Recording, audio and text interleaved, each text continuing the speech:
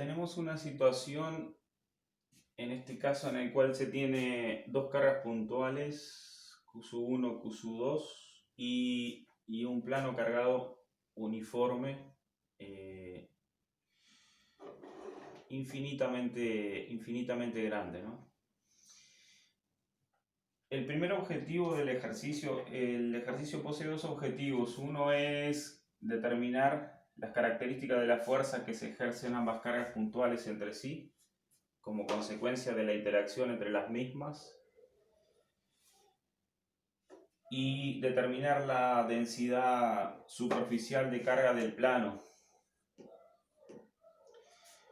Entonces, para empezar la primera parte, vamos a comenzar por representar la fuerza que se ejercen ambas cargas puntuales entre sí, por lo cual se observan los signos, que es lo que nos permite trazar los vectores correspondientes, por lo cual positivo y positivo, cargas de igual signo, existe una repulsión entre las mismas.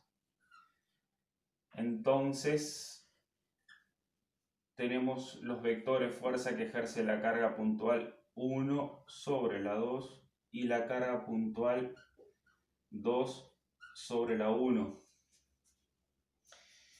Estos vectores van a tener, como se indica en el esquema, sentidos opuestos, tienen la misma dirección vertical, punto de aplicaciones diferentes e igual módulo. ¿Cómo se determina dicho módulo? Aplicando la ley de Coulomb.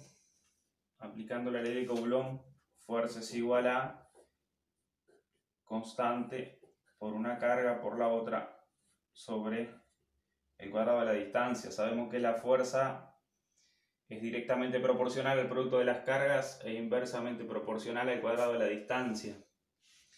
En este caso se observa acá un triángulo en el cual se tiene 10 centímetros de lado, 10, un ángulo de 30 más 30, 60 grados. Este tiene que ser 60 y 60 para que dé 180 la suma, por lo tanto este lado de acá también va a tener 10 centímetros, por lo cual corresponde a un triángulo equilátero. Lo que hago acá queda muy sencillo porque es fuerza igual 9 por 10 a la 9, que es el valor de la constante, Newton, metro cuadrado sobre coulombio cuadrado, por una de las cargas 5 por 10 a la menos 6 coulombios, acá tenemos microcoulombios, por la otra que tiene el mismo valor, 5 por 10 a la menos 6 coulombios, sobre la distancia de las mismas que tiene que estar expresado en metros, 10 centímetros dividido entre 100, queda 0,10 metros al cuadrado. Y esto nos permite encontrar el módulo que es el mismo para una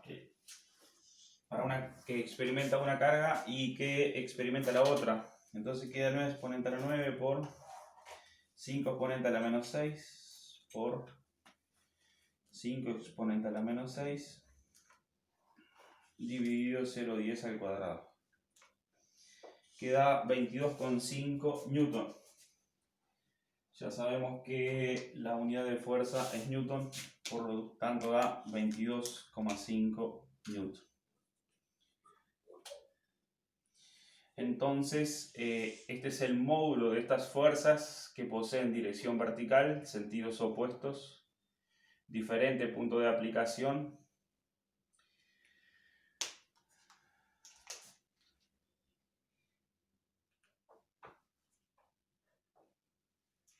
El primer objetivo marcado está cumplido porque es encontrar las características de la fuerza que experimentan las cargas.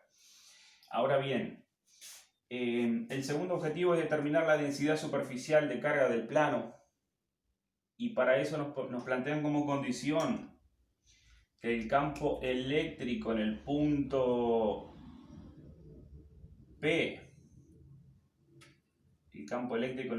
es nulo.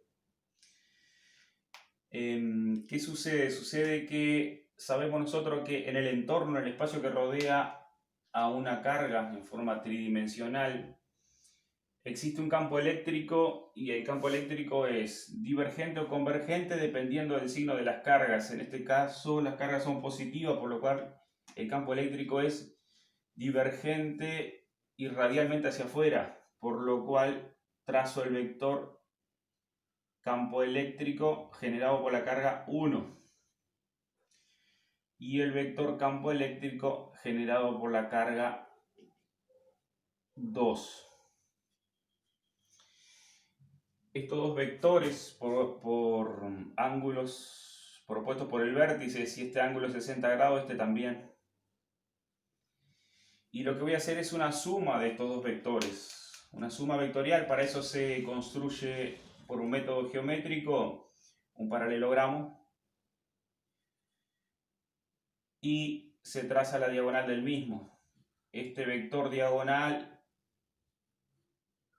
es el vector de color azul, es el vector suma de los dos de color rojo. Y le ponemos así campo eléctrico 1 más 2. Este es el campo eléctrico generado por ambas cargas puntuales que se superponen en este punto, dando como resultado este vector de color azul. Si el campo eléctrico es nulo,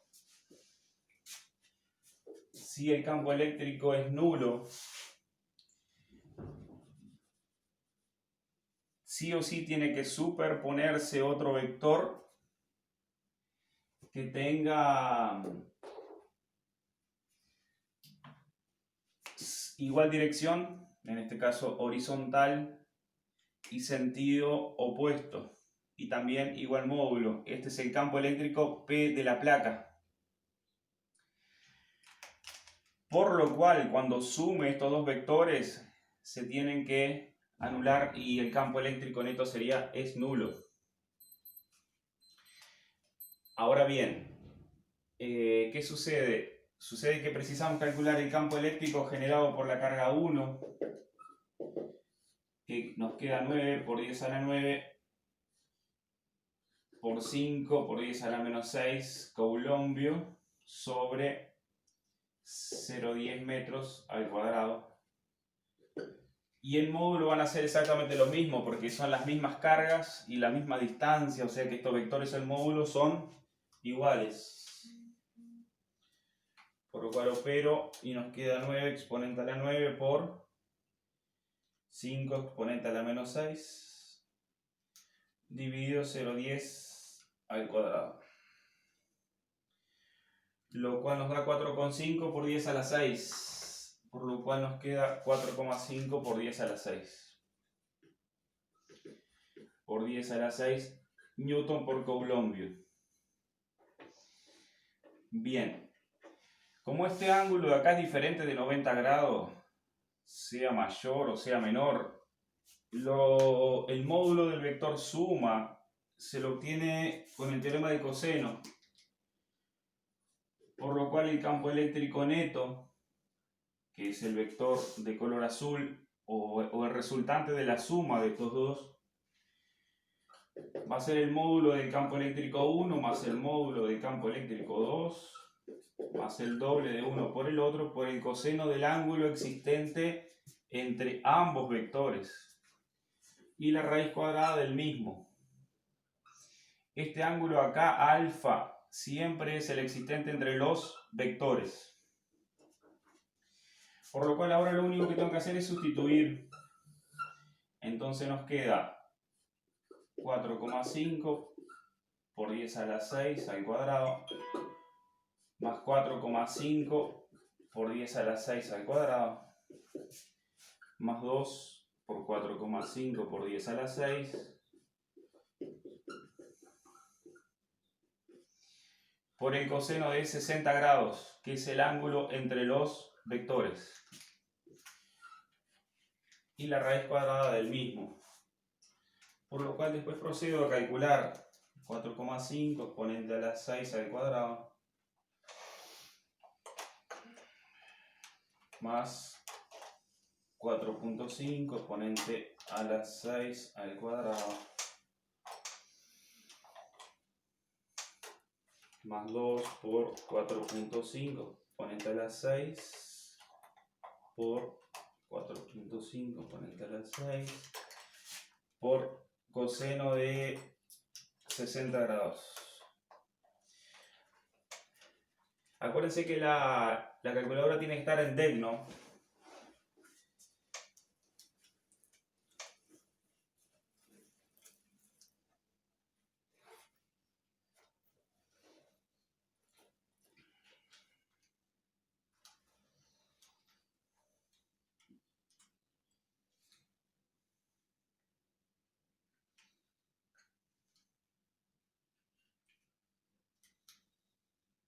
Lo cual da como resultado 6,4 por 10 a la 6. 6,4 por 10 a la 6. Entonces nos queda campo neto igual 6,4 usando un lugar decimal por 10 a la 6 newton por coulomb.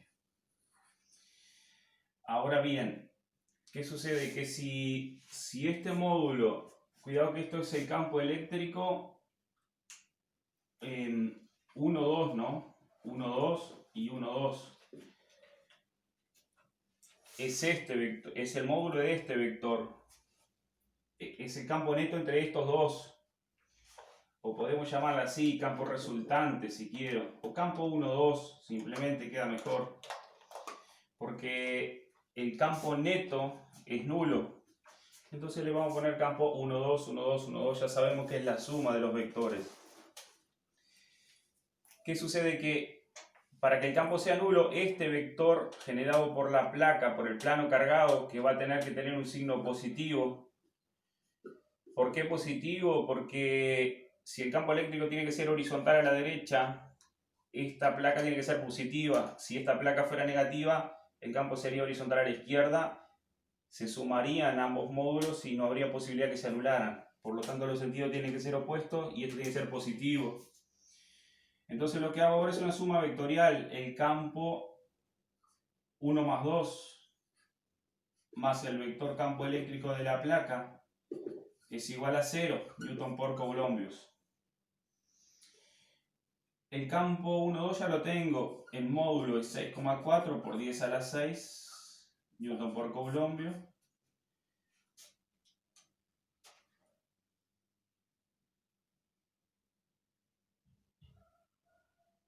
Nos va a quedar más, que lo voy a expresar el módulo acá ya,